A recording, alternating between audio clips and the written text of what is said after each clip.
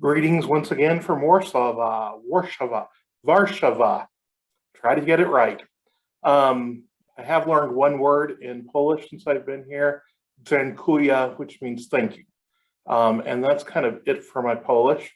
I'm taking a break from my Russian lessons. I have been working on my book manuscript almost every day from morning till night. We walked around Warsaw at least once a day. It's a beautiful city with lots of interesting things in it. But I'm not going to be here very much longer. I am happy to report that I'm coming home on April 21st, Thursday of this coming week, and I will be back with my family in Byron and doing the things that I do in my normal life. Hopefully my manuscript will be close to finished by the time I come home, or I shouldn't say finished, but close to 2/3 of the way finished in terms of first draft. And I'm looking forward to getting back into the life of being an American professor, something that I haven't been doing for the last 4 months or 3 months, some number of months. Warsaw is cold today. It's Easter Sunday. My little bit of interesting news about Warsaw is Poland is a very Catholic country, overwhelmingly.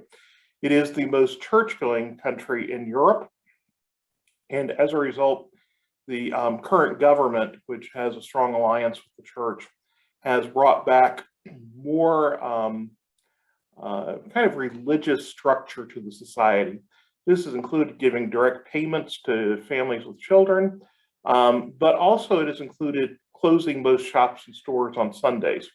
So last night in my preparations for Sunday, I went to my local store to make sure I had bread and the essentials that I need to make it through a day or two, and it was closed. Fortunately, there was a couple of restaurants open, so I ate last night, and I ate leftovers from last night this morning, but this is Easter Sunday, and if the stores were closed last night, they were going to be closed all day today. So I went out and I had to use some problem-solving skills. So I made a trip up to the train station, which I don't know, about it's not very far from here. It's a good walk. And I made my way to McDonald's and I bought up some McDonald's food that I will eat for the next day and a half until I'm ready to go out on my journey tomorrow to find more things. So learning about Polish Easter, which is a very big holiday here. The kids have been out of school all week. Every time I go outside in the evening, I see people coming back from Mass with church bulletins in their hand. It's actually quite refreshing to see families together doing things. I'm not totally opposed to it. I just wish I had known that all the stores would be closed and even all the restaurants are closing early tonight. But if I have an emergency, the kebab shops are open all night. So but I'm not gonna have an emergency. I have some food that I can live. I have some fat I could live on for a good long time. So I am back in my new apartment near the center, really very close to the Palace of Culture and Science, which you can see directly behind me. The gift of the Russians to the Polish people after they had taken over their government in the late 1940s. Stalin built this grand structure that's sitting behind my shoulder. I have my button on that says, "We help Ukrainians." I bought this at the train station, it's a Polish button. Ate lunch today at the Ukrainian restaurant, it was delicious. Tried to overhear what the 3 Russians were saying at the table next to me, and I don't think they were Russian-speaking Ukrainians, I think they were really Russians. Just based on some characteristics of them, but I could be wrong. But my Russian is not advanced enough to do real eavesdropping.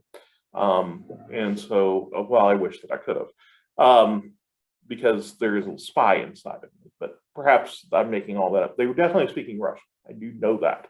They were not speaking Ukrainian, they were speaking Russian because I know words that are in Russian that aren't in Ukrainian that they used. So I'm confident of my skills and being able to differentiate between Ukrainian and Russian. I was glad the Ukrainian restaurant was open. It's probably my last visit there because on Wednesday morning, I will Uber it out to the Courtyard by Marriott at the airport. I'll get my COVID test and then I will be on a flight via Amsterdam and back into Atlanta late on Thursday, April 21st. And right now I'm trying to wrap up the loose ends on the manuscript and get ready to come home. I do have more I want to tell you about Ukraine. I have more that I want to tell you, some that's based on my writing that I've been doing. But I'm going to keep working and trying to get the manuscript out and be reunited with my family, which is making me very happy at this point, and finish up here. I thank you all for watching and for giving me the nice, kind messages of support from time to time. They really have been appreciated, and I've said this. My first Fulbright in 2006 was probably the high point of my academic career. It was an incredible experience in Moldova. I learned so much. I was challenged every day with new and exciting experiences that expanded my mind and my understanding of the world. I made lifelong friends in Moldova, both Americans and Moldovans. I became aware of the plight of people in a way that I'd never been aware of before. If we look at this experience as a bookend, which I kind of hope it's not, I kind of hope that I have another something in me that will allow me to be abroad and teach abroad again, but may happen, may not. I'm 56, we'll see what life brings me. When we look at this as a bookend, it is kind of a mirror bookend. It's the exact opposite. It has been painful, not because I don't love the Ukrainian people. I adore them. They really are incredible people, resilient, generous of spirit, and everything I can tell you about Ukrainians that I have come to know and see is positive. Can't say anything bad about the Polish people, other than the fact I don't really have a life here. And it has been a real painful period of time. I've talked a little bit about the depression that I've faced on some days. There are days when I still just feel like crying all day. They've been fewer now that I've been more active on my research. There are still times when I'm very frustrated.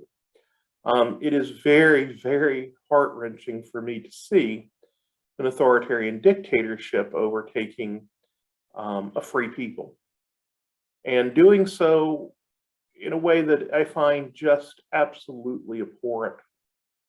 Rampant killing, destroying of people's lives, homes, dignity, taking away the right of a people to be self-determined, at least attempting to. And I worry greatly still that we have only just begun to see the terror that Russia has to unleash on Ukraine.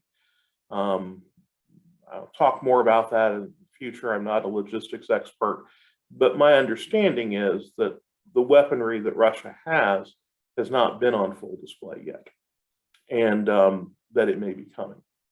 And that makes me very sad and very, very grieved. I hope that I will be going back to Kyiv one day. I pray that I will. I hope and wish that I will be going back to Kyiv. It's a beautiful city, wonderful place, and I feel like I have unfinished things to do there. But even if I never go back, it has been very impactful on my life, and it will continue to be impactful on my life as I continue my teaching career and work at Mercer and wherever else I wind up going. So I appreciate your support and wish you lots of luck. Hope I'll see you, many people, when I get back soon.